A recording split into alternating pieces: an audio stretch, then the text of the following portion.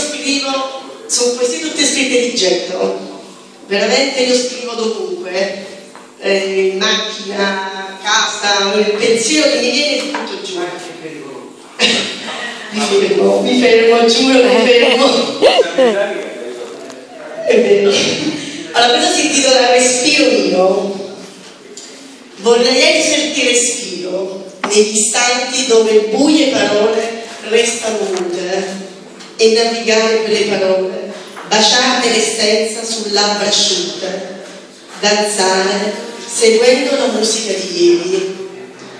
Vorrei esserti pensiero che muore nella notte e rinasce sole, posarmi sul tuo cuore, averti mio e tra le braccia viverti.